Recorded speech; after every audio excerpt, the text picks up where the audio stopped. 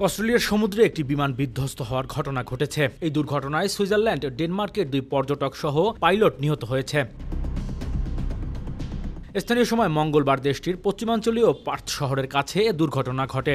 এক প্রতিবেদনে ব্রিটিশ সংবাদ সংস্থা রয়টার্স এ তথ্য জানায়। প্রতিবেদনে বলা হয়, গতকাল বিকেলে থামস উপসাগরে উড্ডয়নের পরপরই প্লেনটি পানিতে তলিয়ে যায়। এতে 7 জন আরোহী ছিলেন।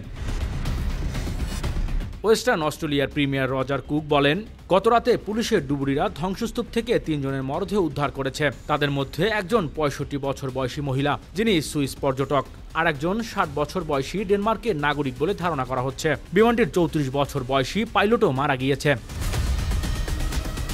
রজার কুক বলেন, নিহতদের পরিবার ও বন্ধুদের প্রতি আমাদের সমবেদনা। এটা মেনে নেয়া নিঃসন্দেহে প্রত্যেকের জন্য খুবই কঠিন। পশ্চিম অস্ট্রেলিয়ার পক্ষ থেকে আমি জানতে চাই যে আমাদের চিন্তা এবং আমাদের প্রার্থনায় আপনারা আছেন। Desk report, metro TV.